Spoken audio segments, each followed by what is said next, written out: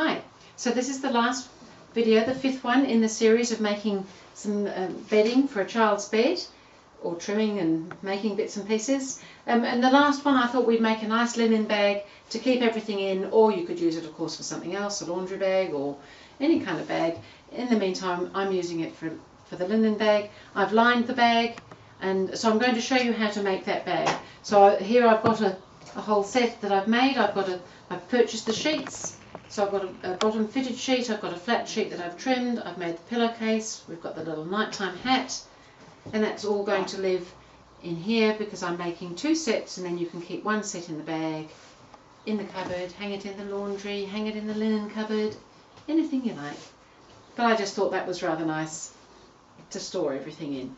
So I'm going to show you how to make that bag. So I've got everything cut out ready to show you here. So I've got a different fabric on the front to the back, and I've cut those two pieces. They are 16 inches wide and 18 inches long. So they all fit out of fat quarters, which is always a handy thing. And then I've lined it just with a plain cotton, rather than one of the nice fabrics. It's just inside, so just 100% cotton. And again, they're 16 inches wide, 18 inches long. So you need two of those, and one front and one back. And then to make the casings, I like my casings to be quite sturdy so that the bag can be well and truly used. And if you make them like I've done here as a separate piece, it's kind of easy to fit it all in, especially with the lining, and the bag is actually reversible if you wanted it to be. And so I've cut the strips to make the casing, and you need 4 strips altogether, and you need them to be 3 inches wide, and they are 15.5 inches long. They need to be a little bit shorter than your bag is wide. So we'll get started. We'll start on the casings first. So we're going to lay those strips. So you've got 4 strips. You're going to lay them in 2 pairs, right sides together, and we're going to sew the 2 short ends up so that we've got them all joined together. And we can do this reasonably quickly. We can chain piece them through when you're doing things like this. So it's kind of a little bit like a pre-organised setup. Again, just with our 1/4 inch seam allowance. And you can, I want to do both ends, so you don't even have to take them out. We can just turn these around and keep sewing. And grab your other one.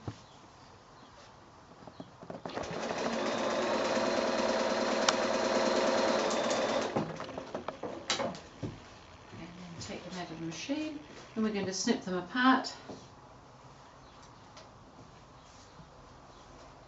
This is such an exciting little set. I just love it all together in its bag. However, it'd be just as nice on the bed, which is probably just as well. So I'm just going to press these now.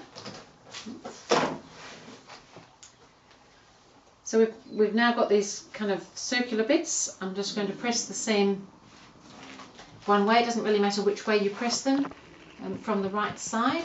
This makes it a little bit easier for the next step.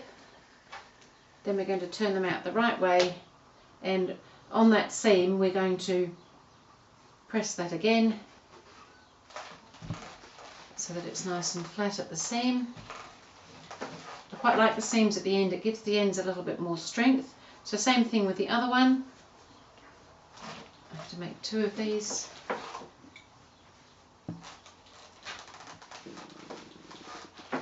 And turn that one out and press that one, and then we're just going to top stitch in a minute on that, near that edge, which just finishes it nicely and gives it, I feel, just a little bit of extra strength on the part of the casing that gets the most wear.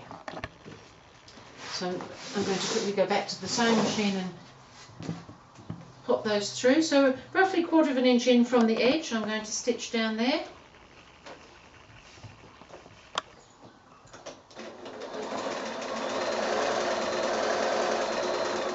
Same thing, we can flip these around and just sew them.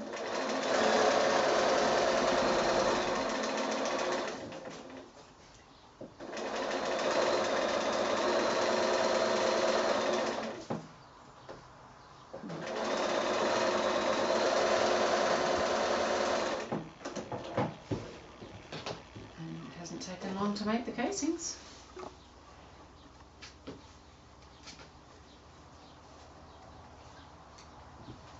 And I'm just going to press those again because now we need to press them in half. So along the length we're just going to fold that over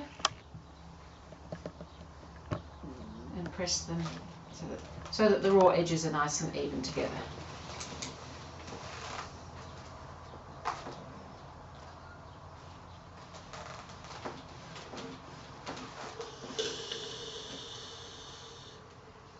And same with the other one.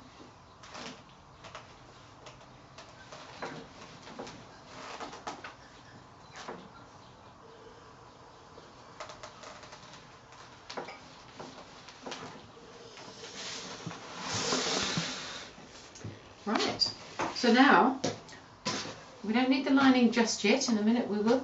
We're going to stitch the casings to the top edge of the front and the back of the bag so that everything sits nicely in place. You may find you want to use some pins or clips or something to hold it in place. You may not need to. So this casing is a little bit shorter than your bag front, which is good. You want to set it so that you should have about ½ an inch or so at each end, which is perfect.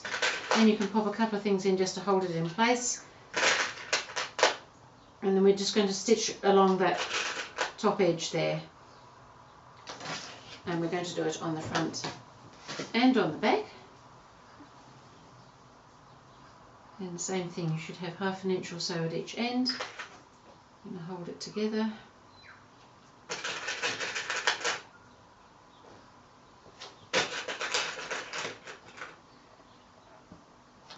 And then we're just going to sew, again, with our 1/4 inch seam allowance, we're just going to sew that casing in place. This is kind of like a holding row of sewing.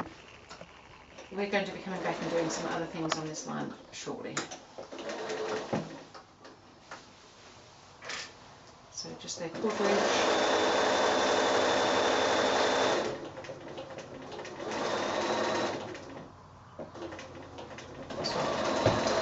Just finishing off putting these casings on here, and I'll show you how to do the next bit. We'll just snip those apart. Okay, so we've got our casing, which is actually going to end up going up, but at the moment it's like that on the front and the back. And then with our lining of the bag, these pieces of white that I have here, we're going to stitch one of those across the top with the front, just the same thing, and it's just easier than doing it all in one go, I find, than trying to do it. I like to do the separate sewing rather than doing it all in one go, because sometimes things move a little bit when you've got, because this is a little bit thicker. So I just feel it's a safer way to sew, to do the extra sewing line. However, on this one, on the back piece, because I've got a different fabric on the back, I know which is the back, I'm going to leave a gap in the middle of the seam, approximately 4 inches of gap, and that's going to be for turning. And you want it to be about 4 inches because you may want to pop your hand in there. So your fist is about 4 inches across, so about that distance, more or less, in the middle of the seam area. So leaving a gap there. So we'll just take this over. So same thing, 1/4 inch seam allowance, but on this piece leave a gap. The other piece we're going to sew straight across.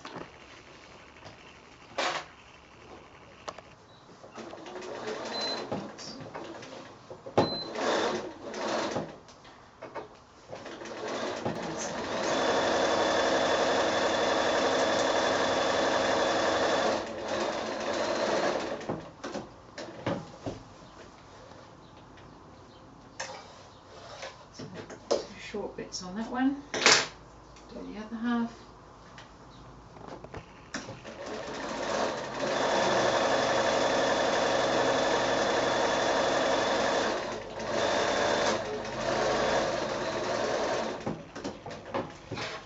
So I've left our gap there, and now I'll go and sew across the top of this one. Just line up your raw edges.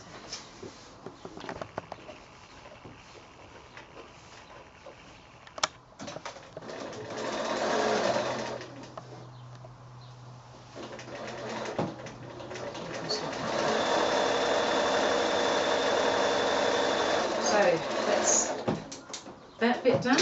So now we're going to do a little bit of pressing to make sure everything's going to sit right for when we do the next bit. So I'll just bring the iron over. And so on this piece, I'm just going to press it so that the casing is sitting up, but the backing is also sitting out at the moment. So you can just give it a little tug, make sure everything's sitting nicely.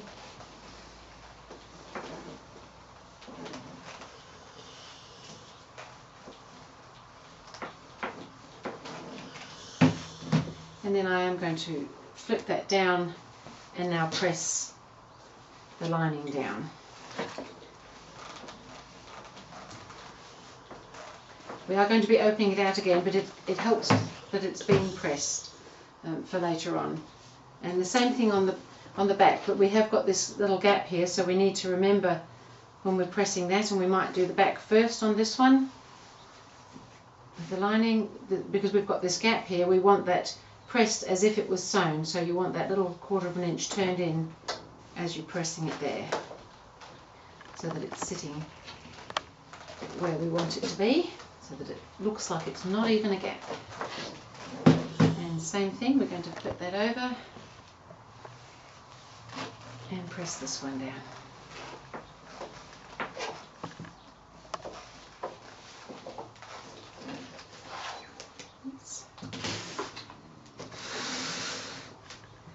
So now we're going to put the bag together. So we're going to open that back out again, and this one, and we want the front side against the back side. These are going together, right sides together, and we're probably going to have one of the casings facing one way and one the other, just so that at this seam where they touch, the seams are in opposite directions. And if you wanted to pop a pin in there or one of these clips, that's a good idea, just to hold it, because we want that seam to match when we get to it. I generally don't pin much else. However, if you like to pin, you go right ahead. You might not get attacked by pins like I do. So now what we're going to do, we've got all this right sides together, everything should be the same size. We're just going to sew all the way around the whole thing. And because we've got a gap, we know that we'll be able to turn it out afterwards. Without a gap, we'd be stuck. So again, just your 1/4 inch seam allowance, doesn't really matter where you start. I tend to start just near a join for no good reason. Just your 1/4 inch seam all the way around the edge now.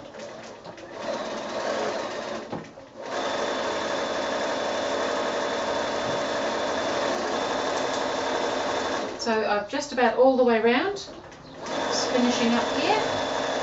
So exciting, this bag is nearly done.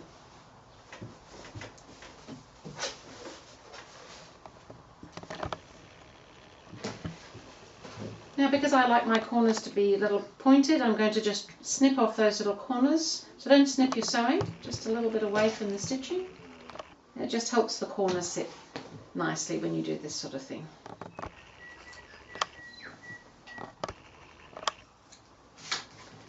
And now we're going to turn it out the right way.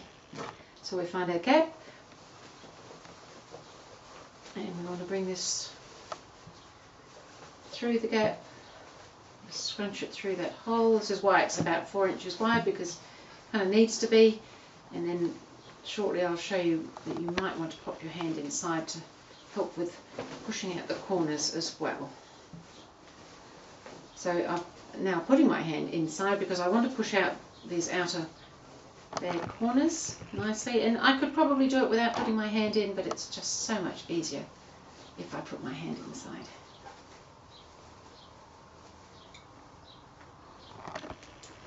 Okay, so that's done. I can release myself.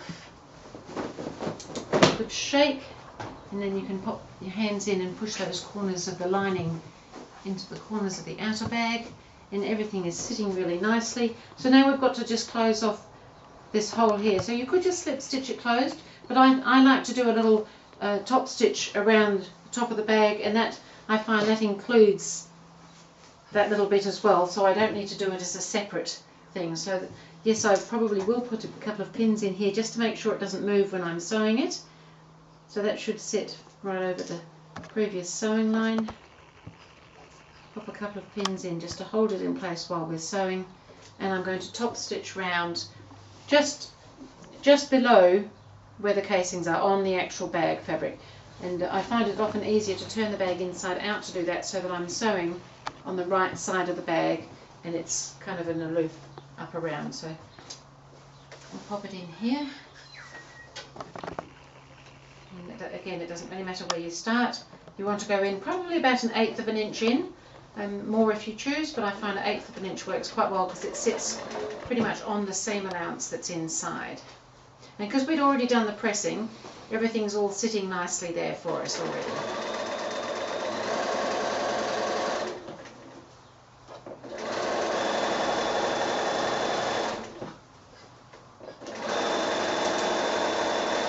Over the back of my bag now, where I've got those couple of pins in, and so just before you get to the pin, pull the pin out and keep sewing, and you'll find that the back fabric where the gap was will have sat quite nicely and just be taken in with this sewing.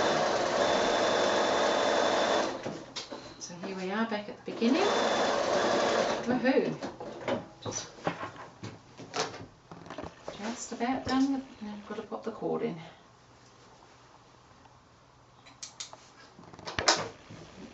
So you can see here that that's sitting quite nicely where the gap was. The stitching has caught in the bit that was open, so we don't need to worry any more about that. So I'm going to turn the bag out the right way now, and that is looking good. So we've just got the cord to insert, and as you can see on this one, you could just pop the cord in and tie a knot on the end if you wanted to, but when I made this one I thought it was kind of nice to have a little bit of fabric on each end. So when I cut the strips for the casings, they were 3-inch wide strips. There was some left over. So from the 3-inch strips, I've cut 2 pieces that are 2.5 inches wide. So 2.5 inches by 3 inches. And then I've just pressed in a generous 1/4 inch on each of the of those sides there, the shorter length on the 2.5 inch edges. And I'm going to now seam those, fold those together and seam them down each side to make a little pocket to pop the little ends of the cord in. I just like it to be nice and tidy at the edges. So I'm taking a fairly generous seam here, a little bit more than 1/4 inch. And we'll pop them both through at the same time. And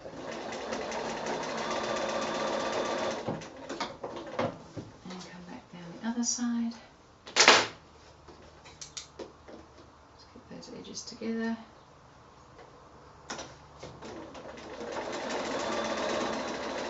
There's other things you can put on the ends. You could put beads on, or as I said, just knot it, or anything. I just thought this would be fun.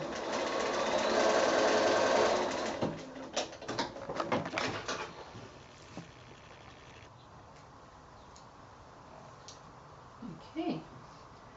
So now I'm just going to snip into my little corners again so that things turn out nicely. So just snipping off close to that corner, and I also like to do that top one as well, but again just be careful you don't snip any of your stitching.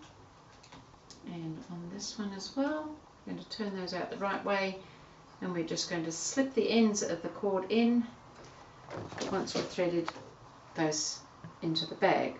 So you can turn those out the right way now, and they're like little pockets for the cord ends. And now the cord, I've cut 2 pieces of cord, and they're both 36 inches long, so a yard long or just a bit less than 1 metre long for each one, and that's so that when they're threaded into the bag they're just a little bit longer than the bag is wide, so that they stick out the sides. So when I'm threading up a bag like that, I like to use something like a safety pin, and it's fairly thick cord like this, and I pop both ends on to start with and put them both through one side of the casing, and then we have to change direction so that we've got the cords that pull out in opposite directions. But the first one, they can both go through together.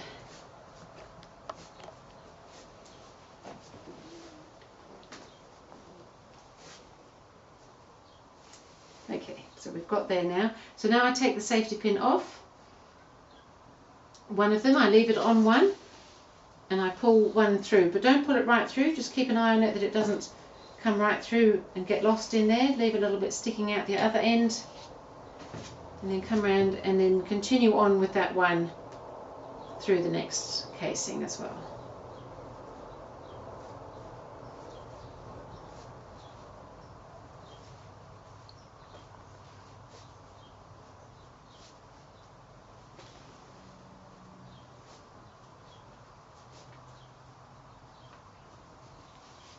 A bigger safety pin would have been quicker, but this was what I had on hand.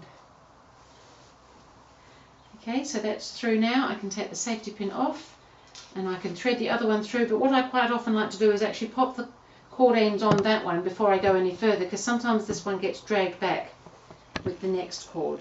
So I've got the two cords, so we've got one hanging still and still sticking out that end, and this one has now come right the way through both casings. And I've got my little cord pocket ready. I'm going to stick those inside and sew that across, catching those cords in there as we go. So nothing terribly hard about this. This gives it a nice little finish and something to hang on to when you're pulling it up. And quite often I'll come all the way back over those cords just to give it an extra little bit of strength. And now I've just got to do the last bit of cord feeding and the other little cord end. So just this time it's coming out of the back one, we want to come along the front, and I'm going to feed that through there. So here's the bag. We've finished off the cords, we've got the little ends on both ends, and it just pulls up so nicely by putting those two cords in, going in opposite directions like that. So I just think that that's a great little bag, great for the bed linen, great for anything you like, and as part of the bedroom set, how wonderful is that? So that's your bag. It's fully lined. It could be quite reversible if you wanted it to be, if you put some different fabric in there, change things around to suit different occasions, but that's it, a nice drawstring bag.